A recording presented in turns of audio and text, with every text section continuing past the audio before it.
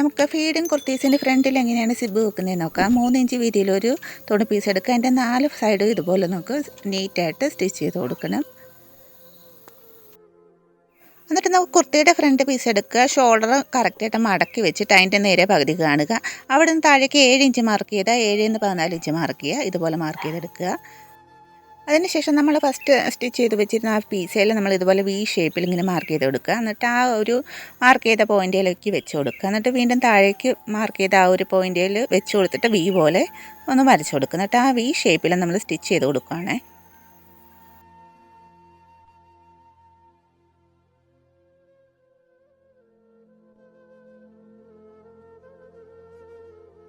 സ്റ്റിച്ചിൻ്റെ 2 end പോർഷനും V ഷേപ്പിൽ അതുപോലെ ഇരിക്കണം കേട്ടോ. എന്നിട്ട് നമ്മൾ നേരെ അതിൻ്റെ സെൻറ്റർ ഭാഗം ഇതുപോലെ കട്ട് ചെയ്ത് കൊടുക്കുന്നുണ്ട്.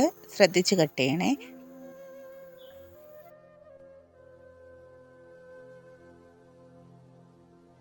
ഇനി കട്ട് ചെയ്തിട്ട് ആ ഒരു പീസ് ഇതുപോലെ ഒന്ന് മടക്കിയിട്ട് അതിൻ്റെ മീതെ കൂടി നമ്മളൊന്ന് സ്റ്റിച്ച് ചെയ്ത് കൊടുക്കുകയാണ്.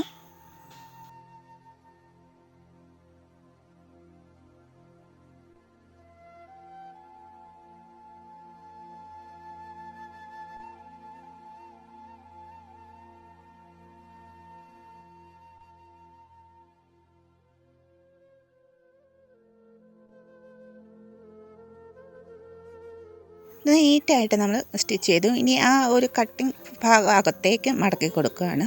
ഇതുപോലെ ഇരിക്കുവേ. നല്ല നീറ്റായിട്ടൊന്ന് മടക്കി കൊടുത്തിട്ട് അതിൻ്റെ മീതെ കൂടി നമ്മൾ ചേർത്ത് വളയാത്ത രീതിയിൽ സ്റ്റിച്ച് ചെയ്ത് കൊടുക്കണേ.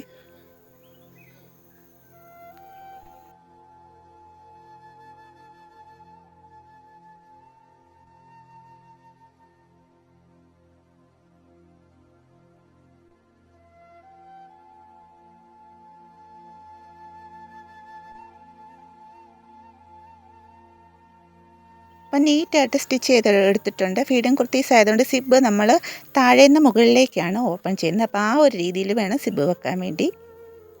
സിബ് ഇതിൻ്റെ മീതേക്ക് വെച്ചിട്ട് ഇതുപോലെ നീറ്റായിട്ട് സ്റ്റിച്ച് ചെയ്ത് കൊടുക്കാം.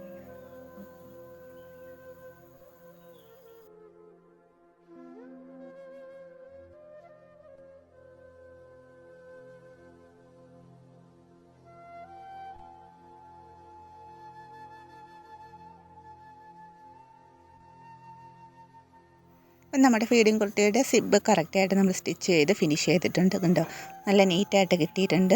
നല്ല വൃത്തിയായിട്ടിരിക്കുന്നുണ്ട്. ചുരുങ്ങിയൊന്നും ഇരിക്കുന്നില്ല. അപ്പം നമ്മൾ സ്റ്റിച്ച് ചെയ്യുമ്പോഴും കട്ട് ചെയ്യുമ്പോഴൊക്കെ ശ്രദ്ധിച്ച് ചെയ്താൽ നല്ല നീറ്റായിട്ട് തന്നെ നമുക്ക് കിട്ടും കേട്ടോ. Thanks for watching.